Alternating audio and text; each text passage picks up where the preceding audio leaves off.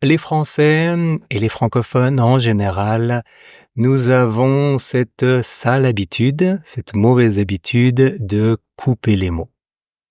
Et si tu ne comprends pas toujours les Français quand ils parlent ou les films, c'est peut-être pour cette raison.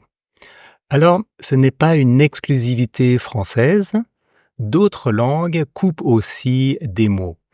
En anglais, pas souvent, mais en espagnol ou en allemand, oui, aussi. Et oui, j'ai dit francophone parce que je ne suis pas français, je suis suisse de Genève. Je m'appelle Sébastien, je suis professeur de français et dans mes cours avec mes élèves, eh bien, on étudie aussi la manière de parler de tous les jours. Donc, si tu veux connaître mes cours en ligne, je te laisse le lien en description. Est-ce que tu comprends si tu entends ça?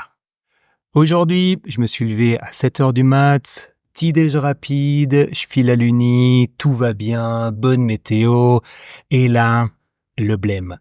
Manif en ville, j'arrive en retard à la fac, il y a un examen, le prof avait rien dit, je vois que j'ai oublié mon ordi. Ah non, perso, je suis deg. Bon, je te telle cet après-midi, on se fait un ciné McDo, dac? Allez, à plus. Alors bien sûr, bon, c'est un exemple qui est exagéré peut-être parce que j'ai utilisé beaucoup de mots raccourcis, de mots coupés. Et le principe est très simple. On raccourcit les mots longs et qui sont évidents, qu'on ne peut pas confondre avec d'autres mots. Par exemple, si je dis « je connais un bon resto dans le quartier », resto vient de restaurant parce que je ne peux pas confondre avec un autre mot. Resto, évidemment, c'est restaurant. Si je dis aussi « ton appart est sympa », appart, bien évidemment, appartement, sympa, sympathique. Donc, tu vois ici le principe. On raccourcit des mots qu'on ne peut pas confondre avec d'autres mots. Voilà, on reprend l'histoire que j'ai dite au début avec le texte. Et toi-même, tu peux compléter, tu peux deviner ces mots.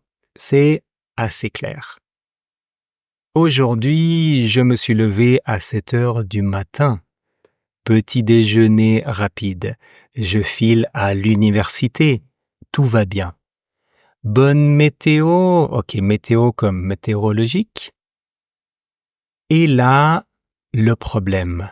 Manifestation en ville. J'arrive en retard à la faculté et il y a un examen.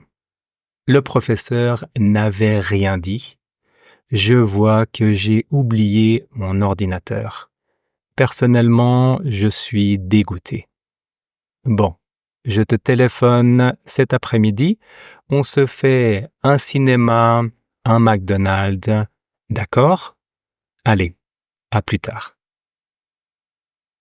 Donc tu vois, c'est évident. On ne peut pas confondre avec d'autres mots.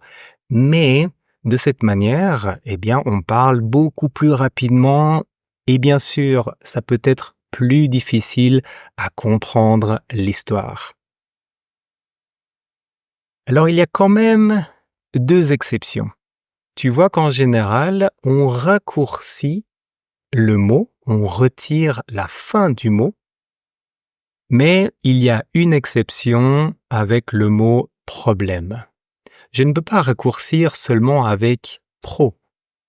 Parce que là, les possibilités sont grandes. Pro, pronom, professionnel, profession.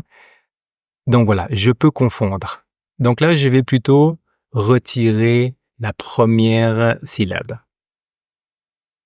Et encore, le mot perso, qui vient de personnellement.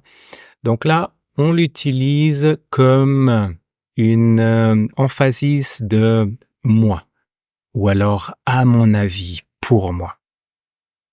Et là, je te mets encore une liste de mots.